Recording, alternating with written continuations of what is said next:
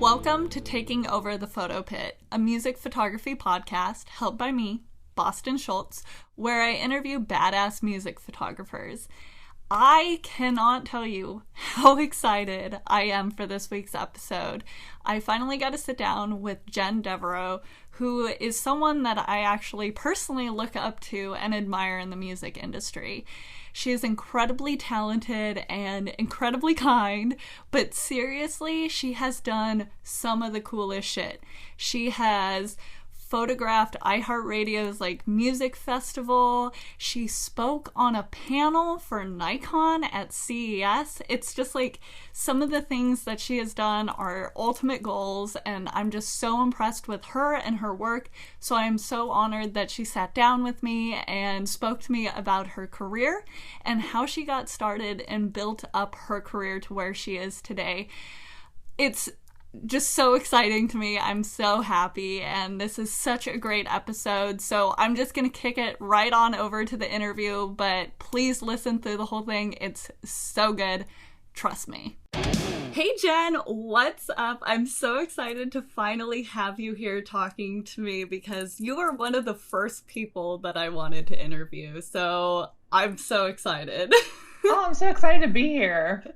So can you give us a quick intro of who you are, how you got started in photography, music photography, and kind of what kind of photography you do and just the whole background of you?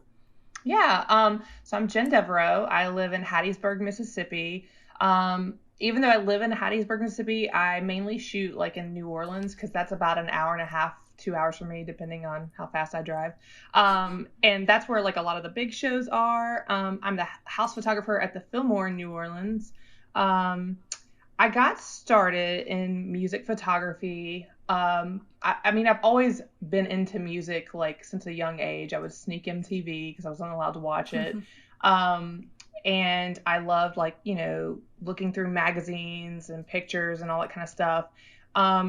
And I actually started going to concerts at a late age. I mean, I don't count New Kids on the Block, I guess, when I was 9 years old. But when I wanted to go to concerts, I think my first one was Horde Festival. And I was it was 1998, I believe. And I was in high school.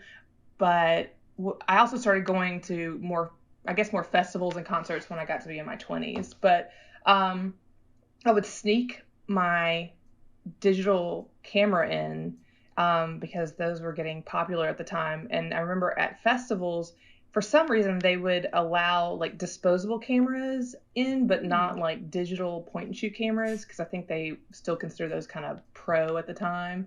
But what I would do is I would take a disposable camera box. I'd get a brand new one, and then I'd take out the disposable camera and I put my little Sony point and shoot in there and super glue it shut. And then I'd get through the security at the festival, and I would just push my way to the front. And, I just really cared about getting good shots. I love taking pictures of, performers and stuff. And I just remember one time I went to Voodoo Fest in New Orleans, and I was really excited to see Smashing Pumpkins because they're one of my favorite bands. And I pushed my way to the front, and it's an ordeal to push your way to the front at concerts. Now that I shoot shows, I'm glad I don't have to do that anymore. But it was always an ordeal, and you would stand there for hours. So anyways, I remember seeing right before the band went on, this slew of photographers in the photo pit, which was in front of me. And I was and they've got these cameras, and they're taking pictures of the band at cooler angles because you're not smashed up against someone. And I was you know what? I was I want to do that. That's what I want to do. And so I got a second job, and I got my first Nikon camera, which was a digital SLR. It was a Nikon D40X. And my first credential show was I'd reached out to this local newspaper called The Burger, because I live in Hattiesburg, and they had this cute little newspaper called The Burger. It was an entertainment newspaper.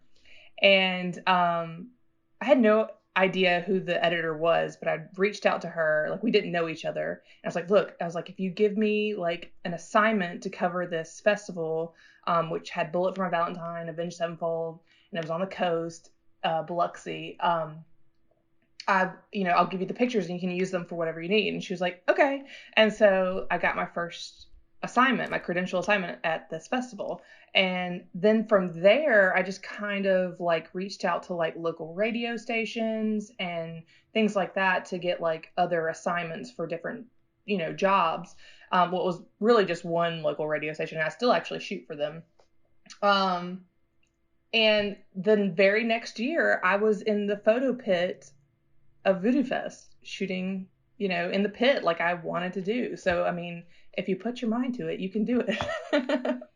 That's so cool. You mentioned like pushing your way to the front and everything. Are most of the venues by you just all like they all have photo pits? Because not all of them in LA where I'm at have photo pits, and you still have to push your way to the front.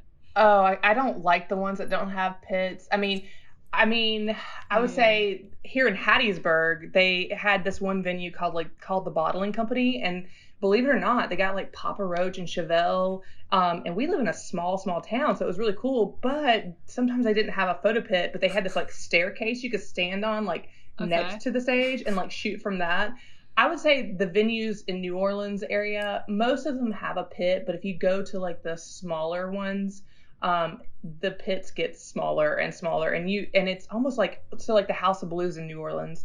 The pit is so close to the stage that it's almost uncomfortable. Like you feel like you're on Mm. top of the band members, and I don't like that. Yeah, and it makes it so hard to like pass by people. You have to like stake out your spot, and then you're just like, okay, I'm here, I guess. Because I've been in pits that Yeah. are like too small that it's like you literally can't pass someone. You're like making eye contact with other photographers, like, can I swap spots? Like, are we able to like move? And Yeah, I it's just mean, like, oh my gosh. it's so hard. I'm so glad that at the Fillmore where I'm the house photographer, they have a really good like pit for photography. I'm so lucky in that sense because yes, I've been there. Like I know when pits are like super tiny, and then on top of that, it seems like whenever they have small pits, they have an enormous amount of photographers, and you're just Totally. stuck. You just don't. There's nowhere to go. You just hope that you get a good shot from your angle. Yeah, exactly. So talking about the Fillmore, I want to hear about like how you got this job, how long you've been doing it, like what the experience is like, because I know for a lot of people being like a house photographer is like kind of like a huge success point for them and like an ultimate goal. So it's so cool that you're a house photographer for a really well-known venue. So can you talk about that experience, how you got there and all of that? Yeah, absolutely. So it really is. It was like, I mean, that would be, I guess, a bucket list item for me to be like a house photographer. How it happened is that, like I said, I shoot in New Orleans a lot. I got familiar with a lot of the people that were handling the press and like, the people that would escort you to the pit and things like that. And I just, built good relationships with them. Mm. And so when there was word that they were going to be building a new venue, which was the Fillmore, I heard that one of the handlers that had handled me at like the Smoothie King Center, her name was Alex, and she was going to be taking over the media at the Fillmore. So I reached out to her, and she was like, actually, she was like, I was gonna, you were on my list for photographers. Um, so I think building good relationships and making sure that like you are kind to everyone that's part of your job, whether you think that they are not important or not. It is important because they're doing a job, we're doing a job. So I think it's important to build those relationships.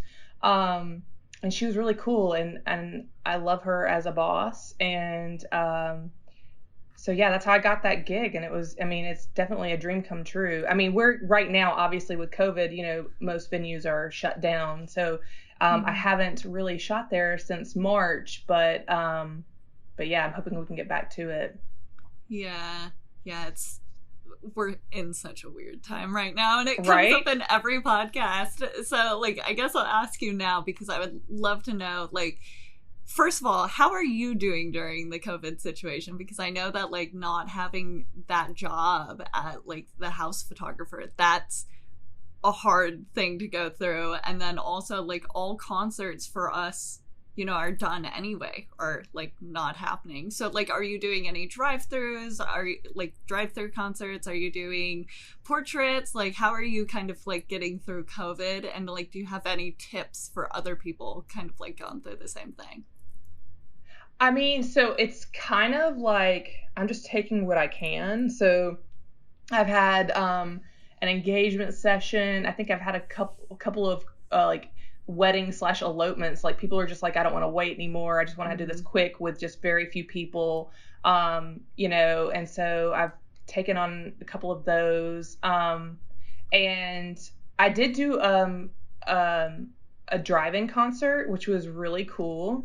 The way they have it set up, I just really think it's awesome that the way that they're trying to manage live music in these times. They're getting very creative. I can't say that I'm doing like well financially because I literally am doing like food delivery on the side as well, just whatever I can to like make up extra income. I know a lot of people are trying, getting other jobs and things like that, until concerts get back to where they were. But I mean, I just say take what you can while you can. Yeah, for sure. I know that like when COVID kind of first hit, like everyone in the first few months was like, oh, like I'll just take a few gigs here and there and like treat it as a vacation. And now we're like, what, 6 months in? And it's like, okay, this is really hard for a lot of people.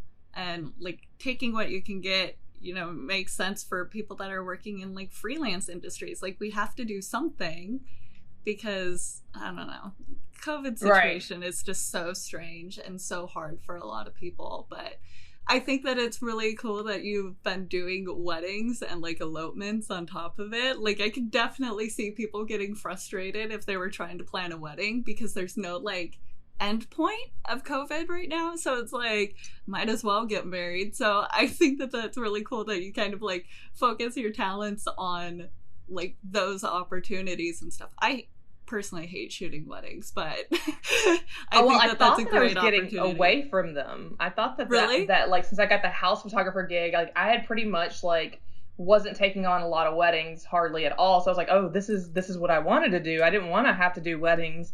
But now that COVID is here, like it's like, it's like I don't have any other choice. I mean, at the first of the whole COVID, I was like, wow, I'm getting sleep because I would, with shooting in New Orleans, sometimes it'd be several times a week. I would be at my day job, which was at a clinic as a receptionist, and I'd get off at 5 o'clock, and I'd book it to New Orleans, and then I'd be up till like sometimes 11, 12, maybe later, depending on the show, and then I would drive back. And then I would also sometimes edit that night, depending on when they wanted the pictures. So I wasn't getting a lot of sleep. So I was like, at the beginning of this, I was like, I'm catching up on sleep. This is kind of like good in the sense that like, how when you're like, oh, I wish I shot that show, you have that FOMO, like when you see other people's pictures and you're like, oh, I wish I'd shot that. And so that kind of kept me like doing the shows and shooting the shows. It's like, I don't want to miss out. I don't want to miss the show. But when COVID started, like there was nothing. You weren't going to miss out on anything. So you wouldn't like, be like, oh, I guess I'll go shoot this show. I don't want to miss it in case anything good happens. Like there was nothing. So I definitely caught up on sleep, but I'm over it now. I was like, I want to get back to when I didn't sleep. Yeah. I think that's really interesting that you mentioned that because the like fear missing out on like other concerts and stuff is something that strikes me a lot and keeps me like motivated and going to a lot of shows. And I'm like, I guess I'll pick up this other show and like go and shoot it for a publication or something, even if I don't necessarily want to, because I'm like, oh, other people like this band. It might be really cool. I might get good shots from it. I might get this, that, and the other. And it's just like this fear of missing out on something bigger and cooler than like, oh, God, I guess I got to do that. And you're right. Like, there's kind of nothing to compare it to right now. Right. Like, so I was getting good sleep. I wasn't like sleep, like up at night, be like, oh, I could be at that show right now. Although I saw pictures of the Flaming Lips concert that they did. I think it was for like Stephen Colbert or something. It was in the bubbles, right? Everyone was in the bubbles. Everyone. So like the crowd, the whole band was in the bubbles. And I was like, this wasn't even remotely in my city. And like, it was for a TV show, or like Stephen Colbert. So I'm like, there clearly weren't photographers there. I soon figured out. So I have like FOMO over that concert because I was like, oh, I could have shot that. But I don't think anyone was at that concert. But it looked so cool. It's such a creative idea. And I think the Flaming Lips, if it's just there on brand for them. That's just them. And I think that they pulled it off well. Yeah, for sure. And I'm like, man, we should have more creative things like that going on when there's other concerts going on, so we can actually go to them. I'm a huge stage show person and love anything interesting. I'm so super curious about hearing from you, like, when it comes to your music photography career, like, what is your biggest, like, accomplishment that you think that you've achieved? And, like, what is, like, success to you? Like, what are you hoping to do next? What do you want to do, like, when concerts come back? And, like, what are you, like, proud of yourself for doing? I love hearing from other photographers just to kind of, like, I guess, brag about themselves, because I think there's so much time that we spent just, like, comparing ourselves to others. So, like, I want to hear from you, like, what are you super happy that you've done in your career, and, like, what are you hoping to do still? I guess, so I have two specific points in my career that I'm most proud about. One of them was being on the Nikon panel in Vegas for CES. And for two reasons. I mean, it's Nikon, I shoot Nikon, and that's such a big deal. But also, too, I don't think I've ever spoken to that many people, because, you know, it was not only in front of everybody that was in that area for CES, but also they're streaming it live. So it was a huge deal. I've never done anything like that before. And it was such an honor to be on the stage with such, you know, amazing photographers, and, you know, just being able to talk about, like, it from a female perspective, because I was also the only female up on that stage. So it was really cool for that. And then also, on my bucket list was to be able to shoot iHeartRadio Festival for iHeart. I had in the past, like, what year was it? Like last year I shot it. So it was 2 years prior. I had started doing live photo editing for them, which is basically just editing in real time while their photographers are shooting. I'm editing their pictures and they're uploading to socials and such like that. So I did that for a couple of years, and I was like, you know, I really want to shoot it. And so I reached out to the editor about it when I was emailing, seeing if they needed me for 30 or for, you know, editing. And I was like, look, I just want to put it out there. I was like, if you need a photographer, I would love to be considered. I mean, they obviously have a great team of photographers. And she's like, well, we love to, you know, let everybody shoot, but we're just kind of like figuring out like roles right now. So they wanted to have me back for editing. And then I got a phone call not too long before I was about to fly out. And they're like, are you still interested in photographing the show? And I was like, yes.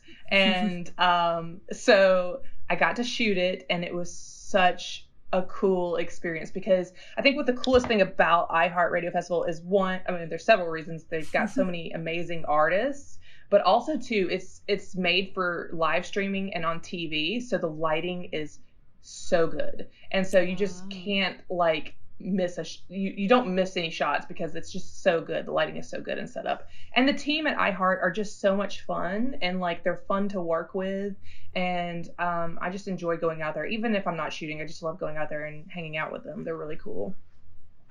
That's awesome. I definitely want to talk about both of those points, because I think those are super cool opportunities, super like huge accomplishments. And speaking about the iHeartRadio Festival specifically, I think that you have like one picture of Miley Cyrus that I believe she shared, didn't she? Yeah, and she did.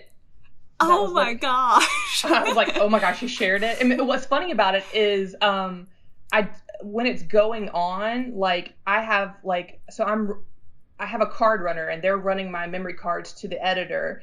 And so the person that's editing, like, we're kind of like, we kind of text each other because she'll be like, oh, don't shoot so many, try to slow down on shots or whatever. Cause she's having to edit. So, she's like, slow it down on shots. Don't take so many, or, hey, try to get this shot or something. I think she had texted me. She'll text me when like, when it goes on socials and stuff. And I think she had texted me when Miley had shared it. And I was like probably in the pit if I had to remember, because, and I was just like, oh my gosh, Miley Cyrus shared my shot. That's awesome. I mean, it's such a stunning and amazing shot. So congrats to you, because when I saw that photo, that I think that you shared it, that she shared it, and I was just like, oh my gosh, this is, first of all, such a beautiful photo. And then I've talked on this podcast that, like, I think all of the photographers I know, we get so, like, obsessed and like love the fact that like musicians like our shots. I think that's like one of the biggest like feelings, I guess, of, oh yeah, you share, like, you can be really proud of a shot, but if the person that you took that shot of is sharing it and like being like, this is such a beautiful photo of me, it's like a whole nother feeling. So that's incredible. Yeah, exactly. And thank you. Like, it was like, she's incredible to photograph anyways, because she does so much. And when she just kind of like leaned back like that, I was like, okay, I got to get the shot. And the thing is, like, you have to be careful with iHeart, because when you're shooting for iHeart, is there are video people in the pit with you, and they're live streaming. You cannot get in their way. And they don't even really want you like what is it called? I always get it wrong. Is it the trust? What is it? No, the thing that jets out from the stage. I always say it wrong. Anyways, that part of the stage is, you can be on one side and the video person can be on the other side, and you can be in their shot behind the artist by accident. So you have to be very careful where you're shooting. It's not just like, oh, let me go over here and get the shot of her, bending backwards. You've got to be very careful where you're shooting. So I just got really lucky in that moment, because she just happened to be right there in front of me. That's so cool. Speaking of that festival, you mentioned that you were doing like editing for them for, I guess, like a year or two before you actually shot the festival. So like, how did you like form that relationship and get that editing role? Because it sounds like you kind of like started with them in editing, and then your relationship moved you to like doing the actual photography. So like, how did you get involved in the editing part of it? Was it just like making friends and like reaching out to certain people, or like what would you recommend for people that are hoping to do the same thing at other festivals? This was for iHeart in particular. It was actually, I got the job by somewhat of a mistake, because the editor, so I shot for a blog that's based in Las Vegas called Music Tour Reviews. So a lot of my photos were, I guess, in that blog, and I think that the editor had somehow found them through that. She was looking for an editor that was based in Las Vegas that they could just bring on, since the festival's in Las Vegas. She reached out to me and she was like, we love your work and we love your editing style. We think you'd be a good fit for editing our pictures. Would you want to do it? And I was like, yeah. And at first I thought, this isn't real. This can't be real. This must be a spam call. And then I think I might have like checked her Facebook to see if she was a real person. I don't remember what I did, but yeah, I was like, yeah, I'll do it. And then when it came down to talking about, I was like, okay, so about travel. And she was like, wait, you don't live in Las Vegas? And I was like, no, I live in Mississippi. And she's like, oh, she was like, well, that's fine. We'll just fly you out here. So, and then she flew me out the second year, and it was just like, really, it was by mistake. But if I were to give my advice on, trying to get positions like that or jobs like that, I have done this before where I wanted to work for a festival. I just kept emailing the guy in charge of marketing for the festival, and just like, here's my portfolio. I would be available. I can shoot whatever you need. and I really wanted to shoot music for that festival, like just be like a music photographer, but I ended up getting on as the marketing / sponsorship photography, I guess. So I shot a lot of like activations, like, sponsorship activations and brands, which I don't generally love, but I mean, you're in the festival, and I was able to shoot music on top of that. So it was really cool. So I just recommend, like, if you want to do something like that, just send emails, send your resume, send your portfolio.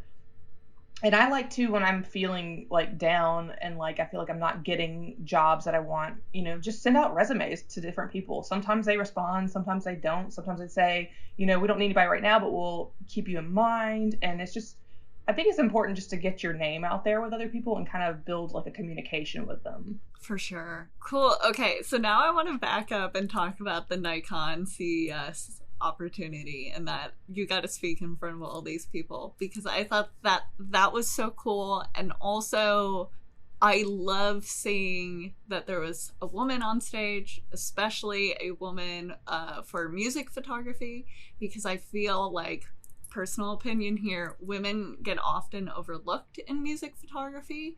I think that there's a lot of us out there, but like I don't necessarily see them at like an upper level. So for me to see you like talking about Nikon cameras and music photography on such a like big platform was really cool for me as a woman in the industry. So I want to hear about like your opportunity, like how you got there, and like what did it feel like speaking on stage, and like what were you brought on to talk about? Yeah, so I have to give a shout out to my friend Todd O. Young. I just want to say that like he helped me get on the Nikon panel, and he vouched for me for iHeart to shoot that festival. So he's helped me a lot in my career, even from the beginning. Like when I was just starting out, like teaching myself about music photography, I would often go to his website, ishootshows.com. And what was great about his website is that, he would show his camera settings and what gear he was using. And these are questions that like if you were going to go ask other photographers, it being a competitive industry, sometimes you don't get the best responses. So I like that his website had that all like laid out. So it was really cool, because one time, like many years ago, I emailed him and asked him some questions, and he was really cool and got back to me and emailed me. So I was like, that's a really cool guy. Like, he didn't have to respond. He's a busy, famous photographer. And so I remembered that. So when I ended up at iHeart editing, I ended up editing his photos. So I got to meet him in person, and I got to tell him, I was like, I was following your website since I was starting out. And he was just so kind and so nice. And like, he kind of has just kind of taken me under his wing, and he's just a great person in general.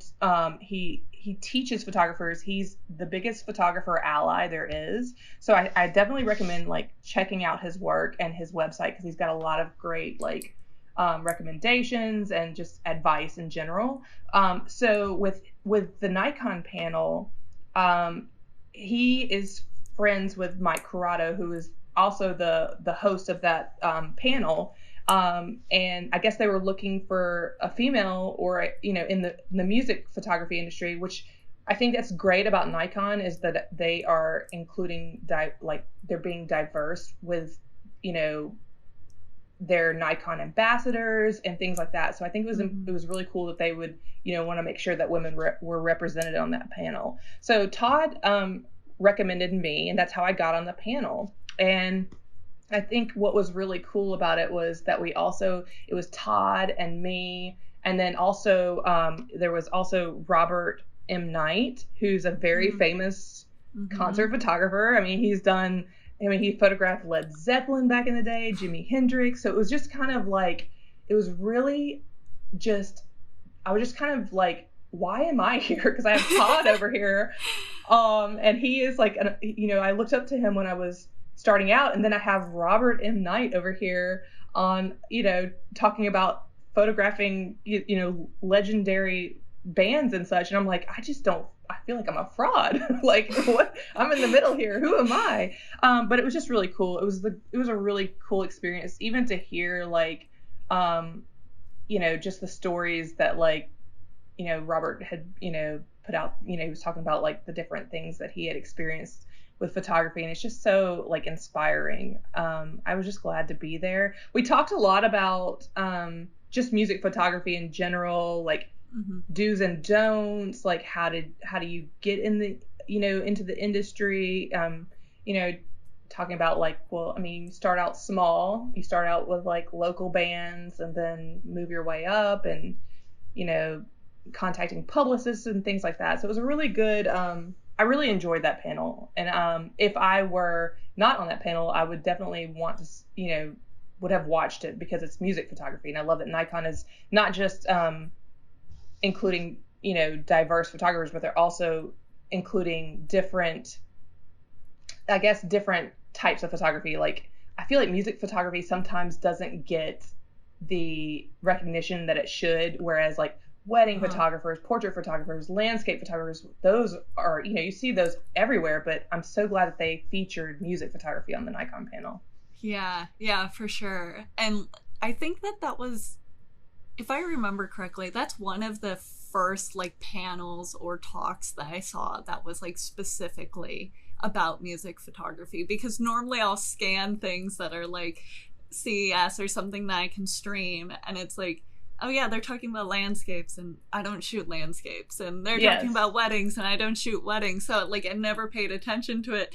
And then when I saw that like you and Robert and Todd were all talking, I was like, okay, these are all photographers that I either like know of or have like seen their work personally. So I was like, okay, I gotta watch this. And I remember like, I think that it was like during the day, or like the morning in LA when you guys were speaking, and I'm at my like day job office, like with a little like up in my like screen, I had it that I was like watching and listening to it. But like, I love hearing other music photographers speak and talk about the industry and open up about like how to get started, how to like, have other people in this industry, because it is very competitive.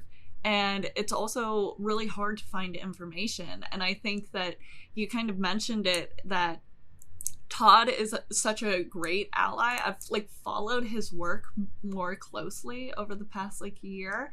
And I know that, I think it was a few months ago or like a year ago, he started doing these blogs of female music photographers that you should know and that you should hire.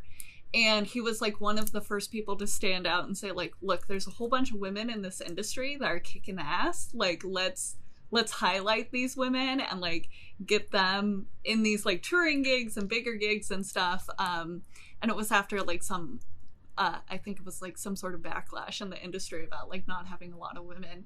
And it was so nice to see him stand up and say like, look, there's a lot of women here, and just be so supportive of people in the industry. And I love seeing like the less competitive nature, I guess, go on. So that's so cool that he supported you and like helped you. But I mean, like, your work stands for itself and speaks for itself. So thank you. Definitely understand why you were on that panel. Oh, thank you so much.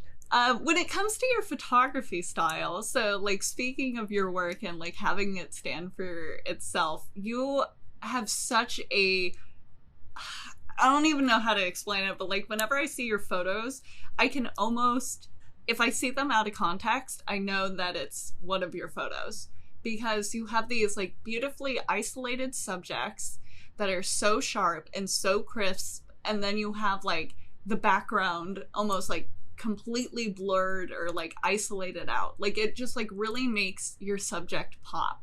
So I wanted to know about like, how did you come to that editing style? Like, how do you edit your photos? How did you learn? Because I know that a lot of people that are starting out really struggle with finding a style when it comes to editing. And I love your style. I think it's really unique. So I just wanted to hear about how you kind of came to that. Well, thank you so much for saying that. I think that is something that like we all try to achieve, is something that could make us stand out or make, our images, you associate, oh, that's Jenn D with that picture. Like that's something that we always want to achieve. So that's really nice to hear. I think that the way that I got my style, it started from when I was first starting out, and it's so cringy to think about. But when you're first starting music photography, the coolest thing is that you're right next to the band, right? Like you're just like that close, and you want people to know how close you are, right? Yep. So like I remember I used to just zoom in as close as possible to people, and just so I could be like, that's how close I was. And I think that's where it kind of started, where it also like kind of isolated the person. I'm not really great at wide shots. Like I really do enjoy photographing people. Like if I'm not shooting concerts, I'm still photographing people. I'm not shooting landscapes usually or anything like that. It's just people kind of interest me. So and I think that with that, I also really want to be a great portrait photographer, even though I'm not. So I try to make my music pictures as if it were a portrait, as if it was like set up studio style of them playing like this. So I guess, and maybe I don't know if I purposely do it or if it's just kind of like that's just second nature now. But the way that I get the depth of field and the blurriness, and so that the person in front of me is more isolated, I definitely use a lot of like I use my 7200, which has like when you do it at f2.8, like there's a good amount of drop off in the background. Or if I use my 50 millimeters, I'm keeping it at 1.8 for the same reason.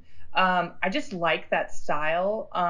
It's probably not necessarily the best for like really fast moving images, but I like that. I don't know why. I always like the depth of field. And then also too, I always try to make the colors as vibrant as I can. And then also I want skin tones to be as natural as possible. And with like reds and blues, a lot of times the skin tones get lost in it, and you just really can't like see what that they look like a normal human.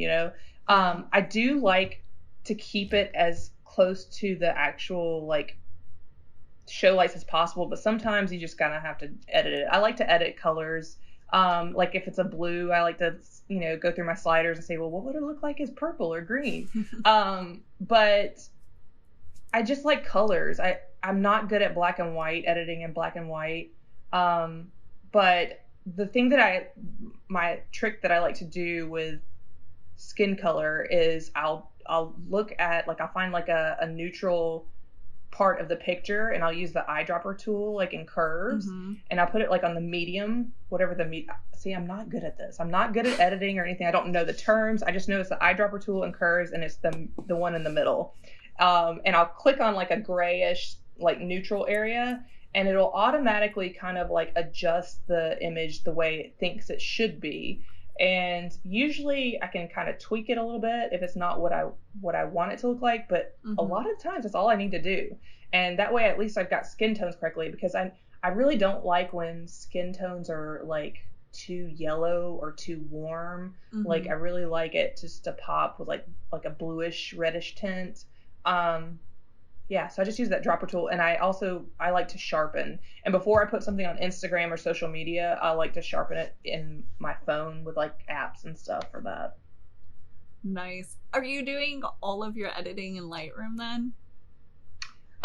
Yes. Well, for my computer, yes. I mean, and sometimes I'll pull it into Photoshop if I need to, just to do some like, detail editing, but that takes forever. That's only if I just really want it to look like really awesome and I've just got some extra time. But if I'm, shooting for the Fillmore or whatever, I'll do like Lightroom, because it's so much easier to edit with Lightroom. Yeah. I'm just getting a kick out of the eyedropper tool. That it's so like, I honestly learned about it, I want to say like a year or maybe 2 years ago, and it saved like my whole editing style. It is a game changer. Yeah, such a game changer. And I was like, I am so stupid. How did I not know about this before? And you're correct. I just take it, and normally there's like a white drum head or something that's like white that I can drop it on. And Exactly. It completely changes the whole color of like the photo. It makes everything look more like true to tone, and it's so easy, and I just copy and paste it across the board. I do not use auto white balance. Like, my white balance is always set, so I can just copy and paste my editing across the board, and it's so much easier using that tool. So I'm just like cracking up that someone else is like, yes, this is a great tool, because I'm like, yep, I wish that I knew that when I first started, because that would have saved me probably hours in editing. Hours. So I'm gonna give one of my biggest tips, and I don't think I've told anybody but my family this. If you, and it's a phone app, I don't know if it's gonna do well with like high quality images that you would want to print. But if you're going to put something on social media and you're like, I really want it to be a little bit more crisper, sharper, I want it to have that little punch, there's this app called Remini. And Remini is like an app they have so that you can like restore old pictures, like old black and white pictures and things like that. So like if an image is like fuzzy because of film or whatever, it'll like make it pop like so sharp. And so I was like, I'm going to try it on my concert pictures. And sure enough, it works. Now, I will say you have to be very careful with that app, because sometimes, like if it's really blurry, it'll like impose a face or what it should look like. They think a face should look like in it. And sometimes I had these shots of like, so I didn't get approved to shoot Beyonce and Jay-Z, but they let me have like a media pass to watch it. So I had my phone, I think it was, and I was taking pictures and I was far away. There was nothing good that came out of that. But I was like, well, let me see if Remini can fix that. So I got on the app, and Beyonce looked weird. It was just like real weird. I was like, that doesn't even look like. And then Jay-Z was worse. I was like, okay, we can't use it for that. So you gotta be careful. Like if it's an okay shot already and you just want to have a little punch, a little sharpness, the Remini app is awesome. I love that. I'm gonna go download it. I'm telling you. Yes, try it out. And I actually I don't usually spend a lot of money on apps or anything, but I've got it to where it's like a subscription, so I can have so many, because I think you can only have like 5 or so edits per maybe day, I think. I don't know. So I just went ahead and I was like, well, I'm going to use this pretty often. So I get it in the subscription. So it's worth it. I don't think I told anybody about that. That's my secret. The app downloads are going to skyrocket. And then they'll reach out to you and be like, you should be our influencer for this app. And I'm going to give them some feedback on Jay-Z and Beyonce's face. Oh my gosh, I love that.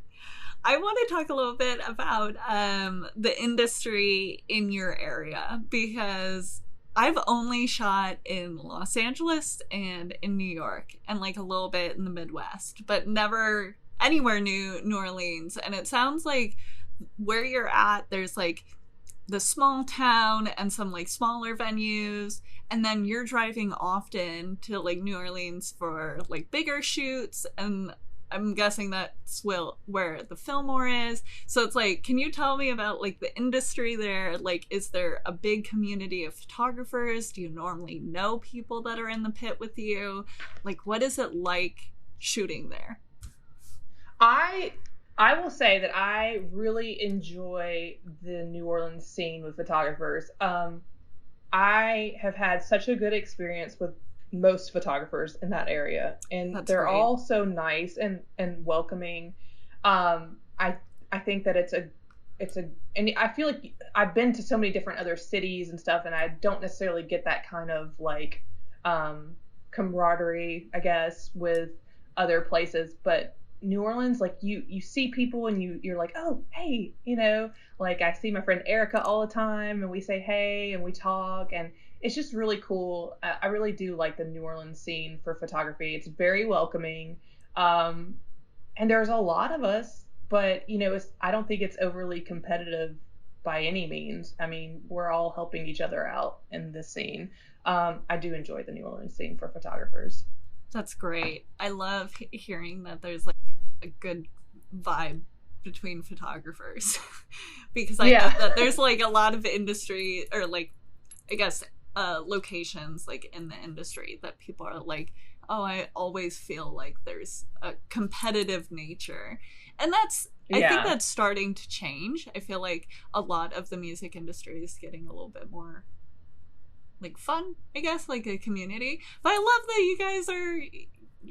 you guys are better off than we are in LA. Maybe that's well, I mean, I'm not saying that I haven't had my experiences. Like, I definitely have had, like, you know, some experiences with, like, guys trying to mansplain camera equipment to me, and, you know, yeah, I mean, I think that's gonna be everywhere you go. Mm-hmm. I mean, there's probably gonna be one or two, you know, people that are just like, I don't know, old school, I guess, and not as welcoming. But overall, I think New Orleans is a good scene for photographers. I love the idea of someone trying to explain camera settings to you, and it's like, excuse me, have you ever spoken at CES? Have you? A lot of times I just laugh and just let them talk, and I'm like, oh, okay. Yeah. But I mean, yeah, it is annoying. Like, I don't know. I've had some experiences with photographers and, you know, people, like, fans that, like, for instance, there was this one guy that was like, oh, so which band member are you with, or something like that. And I was like, yeah, are you kidding? I don't have like thousands of dollars hanging around my neck to just be hanging with the band. That's not how this works, but whatever.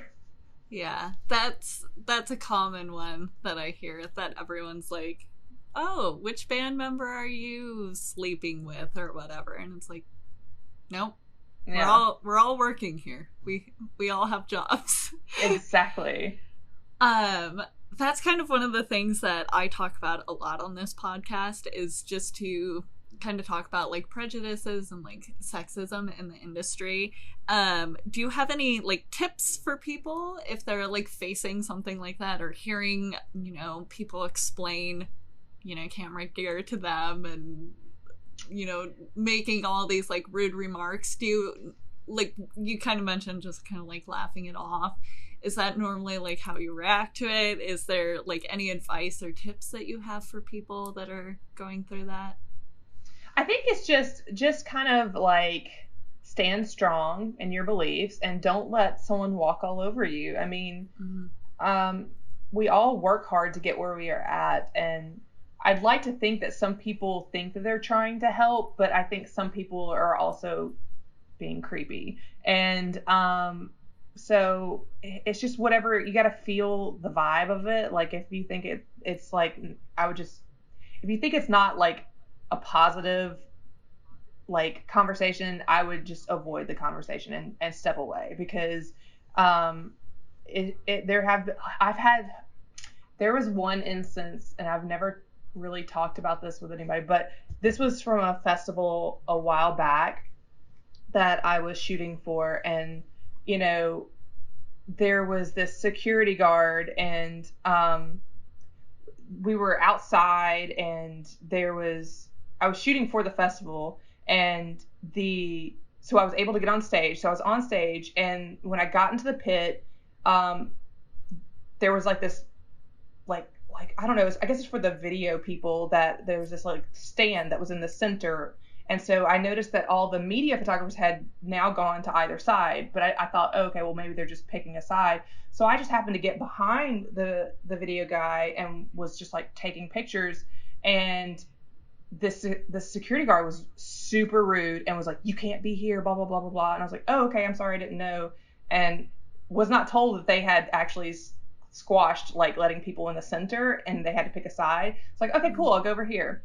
So then there was a set that was over, and so I was over there, like, I guess I was trying to get pictures of the crowd for this festival, and it was towards the barricade, and he literally came by and like shoved me down into the barricade. And I wasn't like in the way or anything, and I was like, okay, that's weird. And so it went into nighttime, and it was in between sets, and I was, you know, in the pit, and this same security guy just came by and just like walked by, like I wasn't in his way. I made sure I wasn't in his way, and just like strong armed me into the barricade, and to the point where it made me fall into the barricade. And I was like, that's not okay. Like, it brought me to tears, like, that he had kept doing that. And so I ended up talking to this other female photographer that was also shooting that festival, and she was like, he's only doing it to the females. And I was like, okay, that's not okay. And so, but I felt like in that moment that it was my first time shooting that particular festival, and I didn't want to raise any flags or cause any problems, and because I wanted to be asked back. So I never said anything, and I'm sure nothing ever came of it, and she didn't say anything, but I wish now I had said something. And so I think it's important that if you feel like you are being like put in a position where it's very uncomfortable, that you should say something. If it's not to them, then it's someone that can handle it, because that's just not okay. Because you have to deal with these people, whether it's a photographer, security guards, whoever, and they don't have a right to treat you that way. So you need to stand up for yourself. Yeah. I'm sorry that happened to you. That's so frustrating and wildly rude on like every level. And a lot of like what you're saying like definitely resonates with me, and I think that it's important for like anyone young or new starting out is like you're never in like an inconvenience. If someone is being aggressive and like technically assaulting you, like you're not the one in the wrong if you go tell someone. You're not inconveniencing the director or whoever you report to. It's the security guard or whoever is like doing that to you. And I've been in situations before where I'm like, oh, I don't want to make a scene. I don't want to tell someone because then they're going to have like this bad view of me. And it's like, no, definitely go tell someone. So I totally understand like that idea of being like, oh, I'm new here. I don't want to, do or say anything that's going to make myself look bad. But definitely a good thing to like have younger, newer people starting out like understand that like you're not the one in the wrong here. Like definitely go tell someone, stand up for yourself, or find someone to stand up for you. I've talked numerous times to people that like I will be the person in the pit that will stand up for you because I'm like, I will fight you any day. Like, yes. Come find me and I will go step in. It's just kind of part of my personality. And I'm like, I will go stand up for you if you feel like there's something bad happening. So that's why like having a community, having people to talk to, is so important, I think. But anyway, I'm just like rambling off of no, this. Yeah. And I think maybe because like I mainly started in like rock photography. You think about like all the like, crowd surfers and things like that. And it's like, you grow up in this, like you start out in this like community that's like hardcore. You don't want to be like a whiny baby, but at the same time, like there are boundaries, and this particular person definitely passed my boundary, and I felt like I should have said something. But looking back, I probably should have, and I hope that he doesn't treat other females that way going forward. But yeah, that was probably one of the worst experiences I've had with somebody in the industry treating me a certain way. Yeah, it's just so frustrating that I don't know what it is about like people targeting like women in the industry and thinking that we're, for whatever reason, different from the guys. And like kind of looping back to like what I was saying about like you speaking at CES, I think that it's such a good thing to have like female music photographers talk about music photography and be like, we're here, we're like we're just like everyone else in the industry that's like working here. So hopefully there's less of these situations kind of going on. Yeah, I think that's important, why companies and things and brands should be representing females in the music industry as photographers, because when I first started, like 2008, it was like more male photographers in the pit than female, and now I see it getting increasingly better with females. Like I'll sometimes have pits only with females, and it's just not being represented as well in, like you were saying, in like higher up brands. Thank goodness for Nikon. Thank goodness for brands like that are showing that we are here and that we have a place in this industry, because I think it's important for females to see and look up to other females in this industry. Yeah, for sure. And when I started, I was also in like the rock community, and most of the photographers there were all male. So like all of my photographers I looked up to, the ones I got my advice from, like all of my mentors were men. And like, not saying that there's anything wrong with that, but like I really wish that at the time I like had someone to turn to when, you know, I was concerned about like someone being sexist towards me or something like that. And I think that it's super important that we've made these huge strides with having so many more women in the community. And like you said, I've been in pits too that were all women. I'm like, this is fantastic. Like, I love this. But at the same time, like when I started, it definitely wasn't the same. But it's really nice to see the changes throughout the years. Absolutely. Okay, so to wrap this up, I just want to end with like the best piece of advice that you've received or that you'd love to pass on to everyone that's listening. I think the best advice that I can give anybody is, in this industry, there are so many talented people. It's important to just stay humble. You know, you can be an awesome photographer. You can have all these different you know, jobs and things that, you know, are big or whatever. But I think that, you know, relating to people and talking to people is super important. Because there's always going to be someone that's photographs better than you. There's always going to be someone that can edit better than you, or might have better, you know, opportunities. But the relationships you build with people will get you further sometimes than your talent. Yeah, I love that. I think the first time that I asked this question, the answer from the person that I was talking to said like their best piece of advice was like, don't be an ass.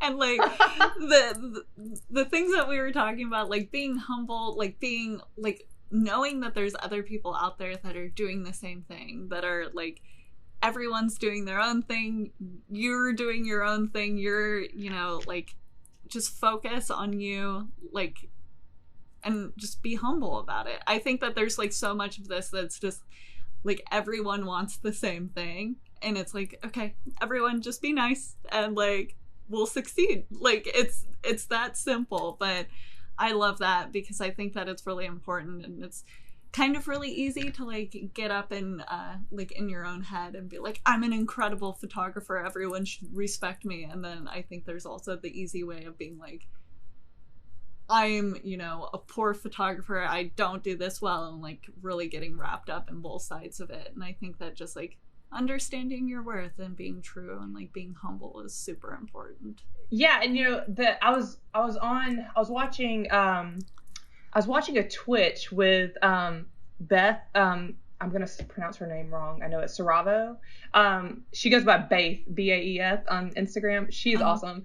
It was her and Maggie Friedman, and actually Todd Young was on that Twitch. And Beth was like, one thing that she's trying to do while in quarantine is just kind of like reach out to photographers and like look at their stuff and be like, and just give them a compliment. Just be like, hey, you know, that's actually a really awesome picture. I like the way you framed that, or something like that. And just like do a few of those a day, and just like imagine like how many, you know, like photographers that are starting out would just love to hear that, you know? So I definitely want to start. I think I'm going to take that advice and start being more positive and putting out there more positivity, because I think that's very important. For sure. The whole world could use a little bit more positivity right now. Especially right now.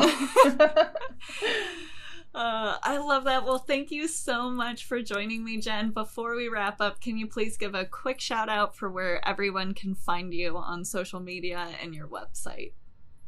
Yeah. So my Instagram is at Jenn D, like at D as in dog, photography.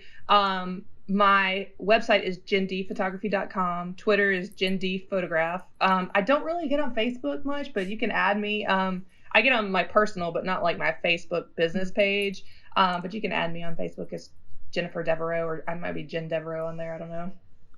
Nice. Well, cool. Thank you again so much for joining me. And I'm so happy that we finally got to sit down and talk, because I've been looking forward to this for literally since I started the podcast. So thank you so much. It was such an honor to have you.